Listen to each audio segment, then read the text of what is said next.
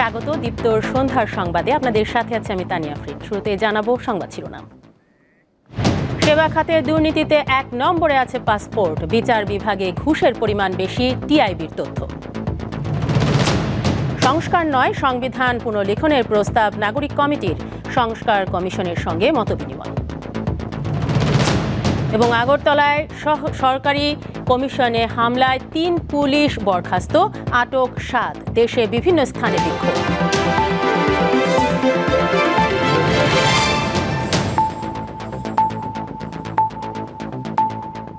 দেখছিলেন শিরোনাম, এবারে পুরো খবর।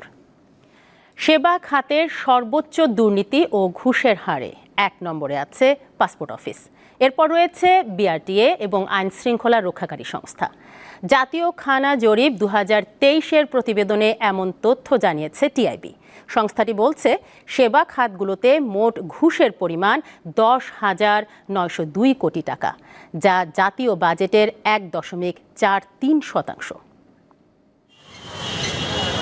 মানুষের দৈনন্দিন সেবা নিয়ে দেশের বিভিন্ন খাতের খানা জরিপ করে ট্রান্সপারেন্সি ইন্টারন্যাশনাল বাংলাদেশ টিআইবি। প্রতি ২ বছর পর পর এই গবেষণা করে দুর্নীতির বিরুদ্ধে সোচ্চার সংস্থাটি। এর ধারাবাহিকতায় দেশের প্রতিটি বিভাগে মোট ১৫,৫১৫টি খানা বা পরিবার থেকে তথ্য সংগ্রহ করা হয় জরিপে।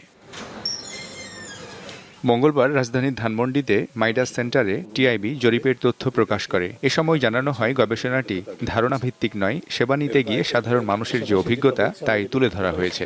যে আমাদের যে খাতগুলো সবচেয়ে বেশি দুর্নীতিগ্রস্ত, তার মধ্যে আছে পাসপোর্ট, অবশ্যই ধারাবাহিকভাবে সেটা হয়ে আসছে। একই সাথে বিআরটিএ এবং আইন শৃঙ্খলা রক্ষাকারী বাহিনী এবং বিচারিক সেবা। প্রতিবেদনে বলা হয়, সেবা পেতে খানাগুলো গড়ে ৫,৬৮০ টাকা করে ঘুষ দিয়েছে। সেবা গ্রহীতাদের অভিযোগ, এই অর্থ না দিলে তাদেরকে সেবা বঞ্চিত করা হয়। সেবা গ্রহীতারা মোট যে ঘুষ দিতে বাধ্য হয়েছেন তার পরিমাণ হচ্ছে ১০,৯০২ কোটি টাকা, যেটি আমাদের সংশ্লিষ্ট বছরের বাজেটের ১.৪৩%। এবং জাতীয় আয়ের 0.22%। তিনি বলেন, দুর্নীতি প্রতিরোধে জবাবদিহিতার বিকল্প নেই, তবে দুদকের কার্যক্রমের সমালোচনা করেন তিনি। দুদক অনেক কথাই বলে, পাসপোর্ট অফিস অনেক কথাই বলে, আমাদের পরামর্শ শুনে বলে, কিন্তু সেটা কতটুকু কাজে লাগে সেটা আমরা দেখতে পাই না। যে যারা এগুলোর সাথে জড়িত তাদেরকে জবাবদিহিত করা হয় না, তদারকিটা করা হয় না। এই যে প্রতিটা প্রতিষ্ঠানে কিন্তু তদারকির সিস্টেম অনানুষ্ঠানিক হলেও আনুষ্ঠানিক হলেও আছে। যে তদারকি ব্যবস্থাপনাটা যখন কার্যক্রম হয় না, তখন দুর্নীতি প্রাতিষ্ঠানিক রূপ লাভ করে, সেটি স্বাভাবিক। তার মতে, দুর্নীতির বিরুদ্ধে যথাযথ উদ্যোগ নেয়ার সুযোগ এসেছে অন্তর্বর্তী সরকারের। সামাজিক আন্দোলনের ওপরও জোর দেন ডক্টর ইফতেখারুজ্জামান। সুফল পাওয়া সম্ভব। মিজানুর রহমান, দীপ্ত সংবাদ, ঢাকা। সংস্কার নয়, নতুন করে সংবিধান পুনর্লিখনের আনুষ্ঠানিক প্রস্তাব দিয়েছে জাতীয় নাগরিক কমিটি। 2 বারের বেশি কোনো ব্যক্তির রাষ্ট্রপতি ও প্রধানমন্ত্রী না হওয়া এবং দ্বিকক্ষ বিশিষ্ট সংসদ সহ 69 দফা প্রস্তাব দিয়েছে অভ্যুত্থানকারী তরুণদের এই প্ল্যাটফর্ম। তাদের মতে, দ্বিকক্ষ বিশিষ্ট সংসদের উচ্চ কক্ষের নাম হবে জাতীয় পরিষদ আর নিম্নকক্ষ হবে আইনসভা। মঙ্গলবার সকালে জাতীয় সংসদ ভবনে জাতীয় নাগরিক কমিটি ও বৈষম্য বিরোধী ছাত্র আন্দোলনের প্রতিনিধিদের সাথে মতবিনিময় করে সংবিধান সংস্কার কমিশন। এ সময় 69 দফা লিখিত প্রস্তাবনা পেশ করে জাতীয় নাগরিক কমিটি। বৈঠক শেষে গণমাধ্যমকে তারা জানান, ছাত্র জনতার অভ্যুত্থানের মধ্য দিয়েই আগের সংবিধান বাতিল হয়ে গেছে। সংস্কার নয়, পুনর্লিখনে বিশ্বাস করি। যে জীবনে কেউ 2 বারের বেশি প্রধানমন্ত্রী হতে পারবেন না, এই আইনটা থাকুক আমাদের সংবিধানে। যে দল প্রধান এবং সংসদ নেতা আলাদা আলাদা ব্যক্তি হবেন। নতুন সংবিধানে কেউ স্বৈরাচারী বা ফ্যাসিস্ট হয়ে উঠতে পারে এমন কোনো সুযোগ রাখতে চায় না তারা। প্রস্তাবনায় বলা হয়, সরকারের মেয়াদ হবে 4 বছর, থাকতে হবে প্রতিটি জাতিসত্তার স্বীকৃতি। দেখে মনে হয় যে এটা আওয়ামী লীগের কোনো দলিল। প্রধানমন্ত্রীকে বর্তমান সংবিধানে যেভাবে অতিরিক্ত ক্ষমতায়ন করা হয়েছে, তাকে স্বৈরাচারী হবার সব ধরনের সুযোগ দেওয়া হয়েছে, সেখান থেকে বেরিয়ে এসে প্রধানমন্ত্রীর ক্ষমতা খর্ব করার কথা আমরা বলেছি। যে একটা গণপরিষদ নির্বাচন হবে, সেই নির্বাচনে সংবিধান প্রণয়ন হওয়ার পরে যারা নির্বাচিত হলেন তারা আইনসভার দায়িত্ব পালন করবেন। সংসদ হবে দ্বিকক্ষ বিশিষ্ট, উচ্চকক্ষ জাতীয় পরিষদ এবং নিম্নকক্ষ আইনসভা বলে পরিচিত হবে। উচ্চকক্ষ 100 আসন বিশিষ্ট এবং যেটা পিআর সিস্টেমে হবে এবং নিম্নকক্ষ আইনসভা সেটা 300 আসন বিশিষ্ট হবে। বিচার বিভাগের জন্য আলাদা সচিবালয়ের প্রস্তাব দিয়েছে বৈষম্য বিরোধী ছাত্র আন্দোলন। বিচার বিভাগের জন্য যেন আলাদা সচিবালয় করা হয়, ঠিক একই সাথে সুপ্রিম জুডিশিয়াল কাউন্সিল গঠনের যেই একটি বিধান সেটি যেন অবশ্যই সেখানে রাখা হয়। সংস্কার কমিশনের প্রধান আলী রিয়াজের নেতৃত্বে জাতীয় সংসদের ক্যাবিনেট কক্ষে প্রায় 1.5 ঘন্টা ধরে চলে এই বৈঠক। তানভীর খন্দকার, দীপ্ত সংবাদ, ঢাকা। বাংলাদেশের সংখ্যালঘুদের নিয়ে কথা না বলে ভারতকে নিজেদের দিকে তাকানোর পরামর্শ দিয়েছেন নৌ পরিবহন উপদেষ্টা এম সাখাওয়াত হোসেন। দুপুরে চাঁদপুর আধুনিক নৌ টার্মিনালের কাজ পরিদর্শন শেষে সাংবাদিকদের প্রশ্নের জবাবে তিনি এই মন্তব্য করেন। উপদেষ্টা জানান, প্রতিবেশী ভারতের সঙ্গে বাংলাদেশ বন্ধুত্বপূর্ণ সম্পর্ক বজায় রাখতে চায়, কিন্তু দিল্লি যদি পায়ে পড়ে ঝগড়া করে তবে বাংলাদেশের লোক আর ভারতমুখী হবে না। ভারতীয় বিভিন্ন মিডিয়া বাংলাদেশের বিষয় নিয়ে মিথ্যাচার করছে উল্লেখ করে এগুলো বন্ধের আহ্বান জানান তিনি। যদি বাংলাদেশকে এইভাবে হেনস্থা করতে থাকেন, মনে রাখবেন এটা 18 কোটি লোকের দেশ। আমি অনুরোধ করছি যে আপনারা এই ধরনের প্রভোকেশন দেবেন না। আপনারা আমাদের এখানে ভিন্ন ধর্মাবলম্বী দেখা করেন, নিজের দিকে তাকালে বোধহয় ভালো হয়। আমরা আমাদের মতো শান্তিতে থাকতে চাই, আমাদের এখানে কিছু হলে সেটা আমরা দেখি। এদিকে বাংলাদেশি পর্যটকদের জন্য ত্রিপুরাতে সাময়িকভাবে হোটেল বুকিং বন্ধ করে দিয়েছে রাজ্যটি। ভারত ও বাংলাদেশের মধ্যে কূটনৈতিক সম্পর্ক টানাপোড়েনের মধ্যে উত্তর পূর্ব রাজ্যের ট্রাভেল সেক্টরের সংগঠন all Tripura hotel and restaurant এক বিবৃতিতে এ তথ্য জানায়। এতে বলা হয়, বাংলাদেশি পর্যটকদের জন্য হোটেল রুম বুকিং বাতিলের পাশাপাশি রেস্টুরেন্টে খাবারও দেয়া হবে না। এর আগে স্থানীয় সময়ে সোমবার ত্রিপুরার রাজধানী আগরতলায় বাংলাদেশের সহকারী হাইকমিশনে হামলা চালায় গেরুয়া পোশাকধারী একদল লোক। ভারতের আগরতলায় বাংলাদেশের সহকারী হাইকমিশনে হামলা ও ভাঙচুরের ঘটনায় খুলনায় বিক্ষোভ মিছিল করেছে বিএনপি। দুপুরে নগরীর কেডি ঘোষ রোডে দলীয় কার্যালয় থেকে মিছিলটি শুরু হয়। এটি নগরীর বিভিন্ন সড়ক প্রদক্ষিণ করে আবারও দলীয় কার্যালয়ের সামনে গিয়ে শেষ হয়।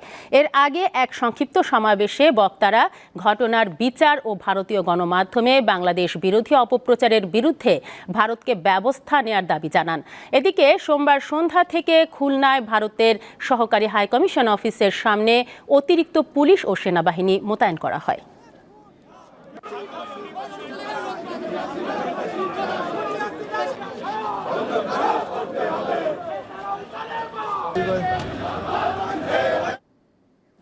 ইসকনের বহিষ্কৃত নেতা ও সম্মিলিত সনাতনী জাগরণ মঞ্চের মুখপাত্র চিন্ময় কৃষ্ণ দাসের জামিন শুনানির জন্য 2 জানুয়ারি দিন ধার্য করেছে আদালত। মঙ্গলবার শুনানির জন্য আসামি পক্ষের কোনো আইনজীবী উপস্থিত না থাকায় চট্টগ্রাম মহানগর দায়রা জজ আদালতের বিচারক এই সিদ্ধান্ত দেন। এদিন সকাল 10:30টায় জামিন শুনানিতে রাষ্ট্রপক্ষের আইনজীবীরা উপস্থিত হন। তারা চিন্ময়কে গ্রেফতার ও পরবর্তী সহিংসতায় নিহত আইনজীবী আলিফের বিচার দাবিতে স্লোগান দেন। তবে চিন্ময়ের পক্ষে কোনো আইনজীবী উপস্থিত না থাকায় আদালত শুনানির জন্য পরবর্তী দিন ধার্য করেন। গত 25 নভেম্বর ঢাকা থেকে চট্টগ্রাম ফেরার পথে শাহজালাল আন্তর্জাতিক বিমানবন্দরে গ্রেফতার হন চিন্ময় কৃষ্ণ। রাষ্ট্রদ্রোহ মামলায় তাকে গ্রেফতার করা হয়। তার মুক্তির দাবিতে পরদিন চট্টগ্রাম আদালত প্রাঙ্গণে বিক্ষোভ করেন তার সমর্থকরা। এক পর্যায়ে তা সহিংসতায় রূপ নেয়। এ সময় আইনজীবী সাইফুল ইসলাম আলিফকে কুপিয়ে ও পিটিয়ে হত্যা করা হয়।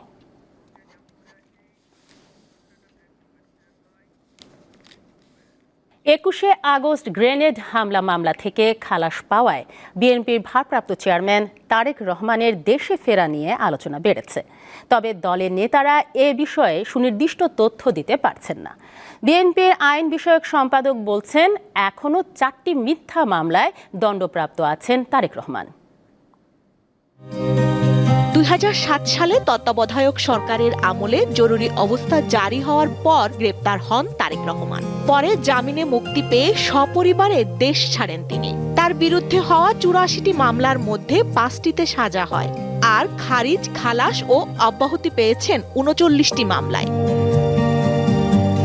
রোববার বহুল আলোচিত 21শে আগস্ট গ্রেনেড হামলা মামলায় যাবজ্জীবন প্রাপ্ত বিএনপির ভারপ্রাপ্ত চেয়ারম্যান তারেক রহমান সহ সকল আসামিকে খালাস দেয় হাইকোর্ট।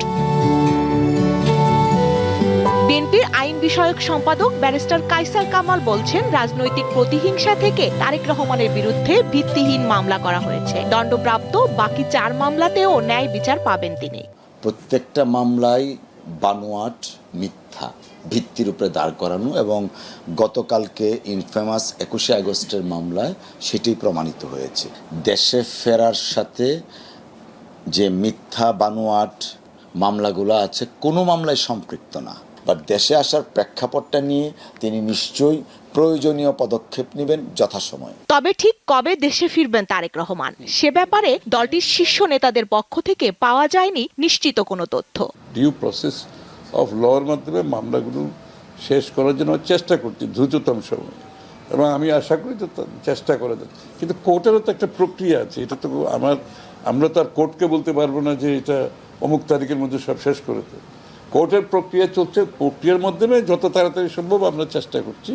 বিএনপির আমাদের যারা লয়ার আছে তারা চেষ্টা করছে, সবাই তো চাচ্ছে দ্রুততম সময় ওনার এখানে ফিরে আসুক। ওনার অনুপস্থিতিতে আমরা অনুভব করছি। আরও 4টি মামলা তার বিরুদ্ধে রয়েছে, সবগুলোই মিথ্যা মামলা। তো এইসব ক্ষেত্রেও আমরা এই রায়ের অপেক্ষায় আছি, এবং এই রায় পাওয়ার পরেই আমাদের অ্যাক্টিং চেয়ারপারসন দেশে আসবেন বলে আমরা আশা রাখি। তারেক রহমান কবে দেশে ফিরছেন তা নিয়ে দলের সর্বস্তরে শুরু হয়েছে জল্পনা কল্পনা। দ্রুততম সময়ে বাকি মামলায় খালাস পেলে আগামী জানুয়ারি-ফেব্রুয়ারি নাগাদ তিনি দেশে ফিরতে পারবেন বলে আশা তৃণমূল পর্যায়ের নেতাদের। স্বস্তিকা সিংহ, দীপ্ত সংবাদ, ঢাকা।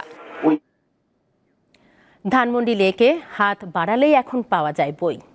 পার্কে মনোরম পরিবেশে চাইলেই বিনামূল্যে বই পড়ার সুযোগ পাচ্ছেন পথচারীরা। ব্যতিক্রমী এমন উদ্যোগের প্রশংসা করছেন অনেকেই।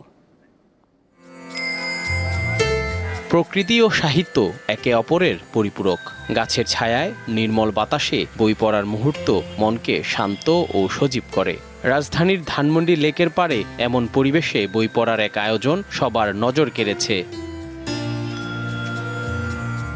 লেকের গাছে ঝুলছে ছোট ছোট বাক্স, দেখতে ঠিক যেন পোষা পাখির ঘর কিংবা ছোট ডাকবাক্সের মতো। এসব বাক্সে রাখা আছে নানা লেখকের বই, যে কেউ সেখান থেকে বই নিয়ে পড়তে পারেন, আবার পড়া শেষে রেখে যাওয়াই নিয়ম। ধানমন্ডি লেকে এমন ক্ষুদে লাইব্রেরি রয়েছে 15টি। এই উদ্যোগ আকৃষ্ট করেছে পথচারীদের। বই তো হচ্ছে আমাদের বন্ধু, এইরকম একটা উদ্যোগ, এটা খুবই অ্যাপ্রিসিয়েট করার মতন। কয়েকদিন ধরে দেখতেছি গ্রুপের মধ্যে দেখতেছি এটা রিভিউ, তো আজকে আসলাম মানে কাজে ফাঁকে। অ্যাকচুয়ালি সাধারণত মানুষ এই উদ্যোগগুলো সহজে নেয় না, বাট যিনি নিয়েছেন তিনি খুব ভালো কাজ করেছেন। প্রকৃতি ঘেরার পরিবেশে বই পড়ার আনন্দটা অনেক সুন্দর। জার্মানির রাস্তা থেকে শুরু করে জঙ্গলে রয়েছে বুক সেলফ। ফেসবুকে এর ভিডিও দেখে এমন উদ্যোগের অনুপ্রেরণা পান জাকিয়া রাহান রূপা। জার্মানিতে বিভিন্ন রাস্তায় এরকম বুক সেলফ বসানো থাকে, তো ওখান থেকে মানুষ বই পড়া হলে রেখে দেয়। তো সেটা থেকে আমার অনুপ্রেরণা পাওয়া। ধানমন্ডি লেকের একদম পাশেই আমার বাড়ি, তখন মনে হলো যে ধানমন্ডিতে আমি এরকম কিছু করি। তিনি জানান, উদ্যোগটি শুরু করার পর থেকে অনেকে তার পাশে দাঁড়িয়েছেন, বই দিয়ে সহযোগিতা করেছেন। বইয়ের প্রতি মানুষের ভালোবাসা তৈরির ইচ্ছা থেকেই তার এমন উদ্যোগ। বই ও প্রকৃতি আমাদের জীবনকে গভীরভাবে প্রভাবিত করে। বইয়ের পাতায় যেমন রয়েছে হাজারো জ্ঞান, তেমনি প্রকৃতির কোলে অগণিত শিক্ষা। ছোট ছোট এই বইয়ের খোপগুলো পাঠকদের এই দুইয়ের স্বাদ একসঙ্গে নেয়ার সুযোগ করে দিয়েছে। পথচারীরা এই উদ্যোগের যেমন প্রশংসা করছেন, তেমনি বলছেন এটি যাতে সঠিকভাবে রক্ষণাবেক্ষণ করা হয়। জহিরুল মোহসান, দীপ্ত সংবাদ, ঢাকা। আন্তর্জাতিক প্রসঙ্গ। ফিলিস্তিনের অবরুদ্ধ গাজা ভূখণ্ডে ইসরায়েলি বর্বর হামলায় একদিনে আরও 37 জন ফিলিস্তিনি নিহত হয়েছে। আন্তর্জাতিক গণমাধ্যম জানিয়েছে, উত্তর ও দক্ষিণ গাজার বেশ কয়েকটি স্থানে চালানো হামলায় এই হতাহতের ঘটনা ঘটে। এতে গাজায় নিহতের সংখ্যা প্রায় 44,500 জনে পৌঁছেছে। এমন অবস্থায় গাজাকে পৃথিবীর দোজখ বলে আখ্যা দিয়েছেন যুক্তরাষ্ট্রের নবনির্বাচিত প্রেসিডেন্ট ডোনাল্ড ট্রাম্প। নিজের তৈরি সোশ্যাল মিডিয়া ট্রুথে দেয়া এক পোস্টে ট্রাম্প হুঁশিয়ারি দেন, যুক্তরাষ্ট্রের প্রেসিডেন্ট হিসেবে তার অভিষেকের আগে হামাসের হাতে থাকা জিম্মিরা মুক্তি না পেলে ভয়াবহ পরিস্থিতি হবে। মধ্যপ্রাচ্যে চলমান যুদ্ধ অত্যন্ত নিষ্ঠুর ও অমানবিক বলেও মন্তব্য করেন ট্রাম্প। যুদ্ধবিরতির মাঝে হিজবুল্লাহকে লক্ষ্য করে লেবাননে হামলা চালিয়েছে ইসরায়েল। এতে 11 জন নিহত হয়েছে। আন্তর্জাতিক গণমাধ্যম জানায়, গত সপ্তাহে হিজবুল্লাহ ও ইসরায়েলের মধ্যে যুদ্ধবিরতি হলেও উভয় পক্ষের বিরুদ্ধে তা লঙ্ঘনের অভিযোগ উঠেছে।